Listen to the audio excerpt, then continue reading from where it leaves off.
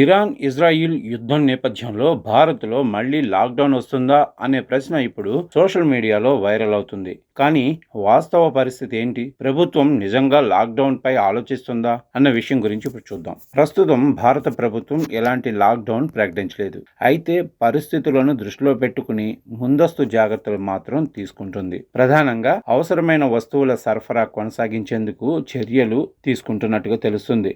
వాటిలో నిల్వల పర్యవేక్షణ, బ్లాక్ మార్కెటింగ్ పై కఠినంగా నిఘా ఉంచడం, ఇవి ఇప్పటికే అమలు చేస్తున్నది భారత ప్రభుత్వం. ప్రజలు అవసరం లేని భయాందోళనలకు గురికాకుండా ఉండాలని కూడా ప్రభుత్వం సూచిస్తుంది. యుద్ధ ప్రభావం భారత్పై ఎలాంటి ప్రభావాన్ని చూపుతుంది చూద్దాం. ఇరాన్, ఇజ్రాయెల్ మధ్య ఉద్రిక్తతలు ప్రపంచవ్యాప్తంగా ప్రభావాన్ని చూపుతున్నాయి.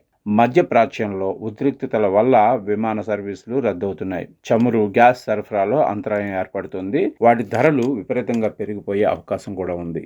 ఇది భారత ఆర్థిక వ్యవస్థపై కూడా ప్రభావం చూపే అవకాశం ఉందని నిపుణులు చెప్తున్నారు.